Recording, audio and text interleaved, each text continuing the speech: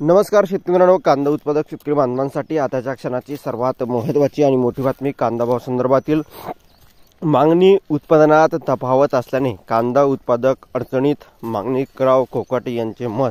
काय महत्त्वाची अपडेट, काय सविस्तर बातमी संपूर्णपणे आपण व्हिडिओच्या माध्यमातून जाणून घेण्याचा प्रयत्न करणार आहोत. तर महाराष्ट्रातील तमाम कांदा उत्पादक शेतकरी बांधवांना एकच विनंती, व्हिडिओ शेवटपर्यंत बघा, अतिशय महत्त्वाचा व्हिडिओ जर आवडला तर नक्कीच लाईक करा. सांगा तुम्ही चॅनलवरती नवीन असाल तर माझा शेतकरी या यूट्यूब चॅनलला सबस्क्राईब करून जो सगळा बेकार या घंटा वाजू नका, जेणेकरून जेव्हा नोटिफिकेशन तुमच्यापर्यंत पोहोचतेच करू शकता. मागणी उत्पन्नात तफावत असल्याने कांदा उत्पादक अडचणीत. माणिकराव कोकाटे यांचे मत. बघू शकता, कांद्याची मागणी आणि उत्पादन याचा ताळमेळ बसत नाही आणि एकंदरीतच या ठिकाणी बघितलं त्यामुळे बाजारभाव सतत खाली वर खाली होतात. अन्य अनेक पिकांचेही तसेच आहे.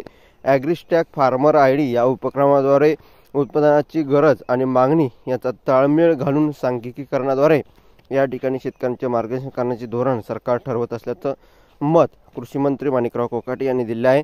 राजगुरुनगरात असलेली चांडोली येथील राष्ट्रीय कांदा व लसूण संशोधन केंद्रात उत्पादित झालेला कांदा सुमारे 9 महिने टिकू शकेल असे संशोधन केले जात आहे. या केंद्राला मंत्री कोकाटे भेट द्यायला आले होते. तत्पूर्वी खेडचे माजी आमदार दिलीपराव मोहिते पाटील यांच्या घरी त्यांनी सदिच्छा भेट दिली. त्यावेळी पत्रकारांशी बोलताना कृषी मंत्री कोकाटे म्हणाले की शेती परवडत नाही असं सातत्याने सांगितले जाते. त्याची कारण मीमांसा होणे गरजेचे आहे. शेतकऱ्यांचे कल्याण व सुरक्षितता याची जबाबदारी सरकारची आहे.